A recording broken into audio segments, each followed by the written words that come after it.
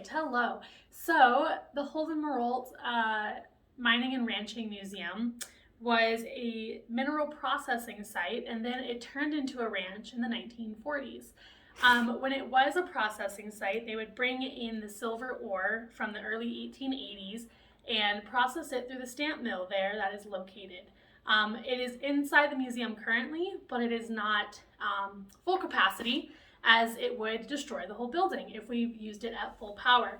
However, during the mining era, the Aspen area was the largest producer of silver, and so they would bring all the silver ore to this processing site, but it was only 14 months until the Sherman Purchase Act was repealed.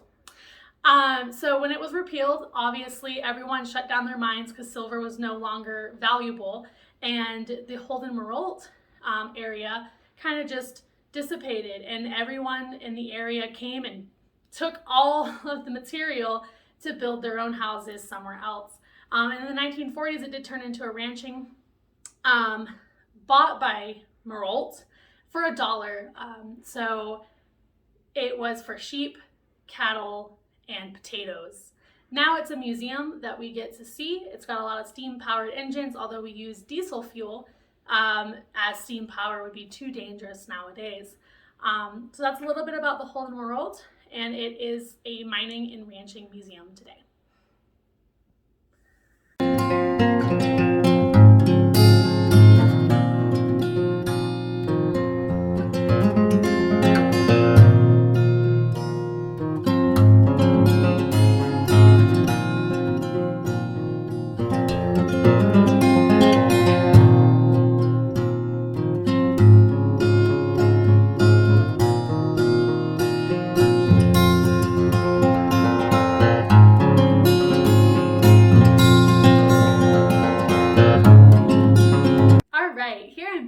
County, we have a forest fire ban, or just a fire ban in general. I believe it is a stage 2, so it is highly dangerous.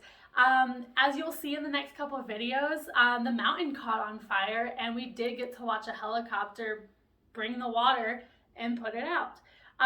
The importance about the fire ban is basically to protect human life and the natural resources of the area. So the faster that we can put out the fires, the better we are as a society.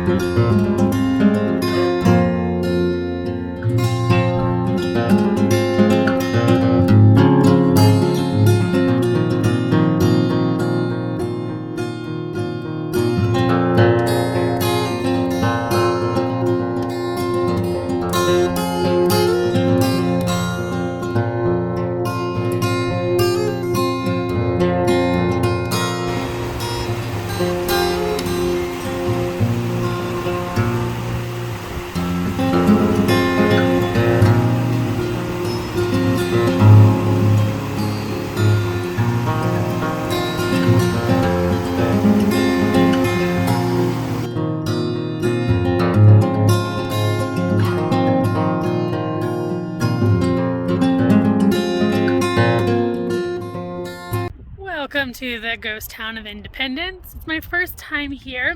I've been training for it this whole week. So now that we're here, let me tell you a little bit about it. So Independence is a ghost town just like Ashcroft, the one I'm living in. However, Independence stands at about 11,000 feet. So you can see the mountains behind me as I go. So Independence is also different from Ashcroft because Independence has they found gold. My apologies for the cars. There's a whole caravan of cars coming up and down Independence Pass today, but Independence found gold, and gold was the most important resource here because it was easy to find. All they had to do, my apologies again, all they had to do was pan for it in the rivers downstream from the glaciers melting, which in Ashcroft they had to take dynamite to the mountain and blow up the mountain 10 feet deep in order to find anything such as silver or copper or any other minerals that the glaciers deposited into the mountains. So that's a little bit about both ghost towns, but then they're mainly the same. The only difference is that Independence had gold, not silver. So that's what I've been training on all this week. I'll take you down on a little hike in Independence here soon, so I look forward to it.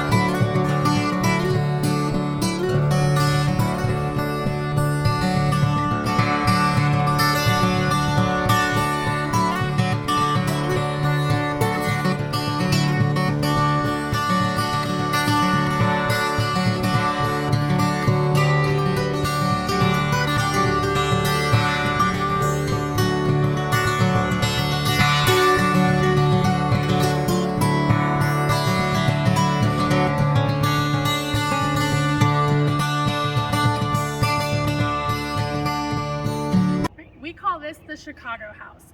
The Chicago House was brought here in the 1950s from the east part of Aspen, which was the poor part of Aspen. What used to be a boarding house is now a single family home, and in the 1970s, the band Chicago purchased it.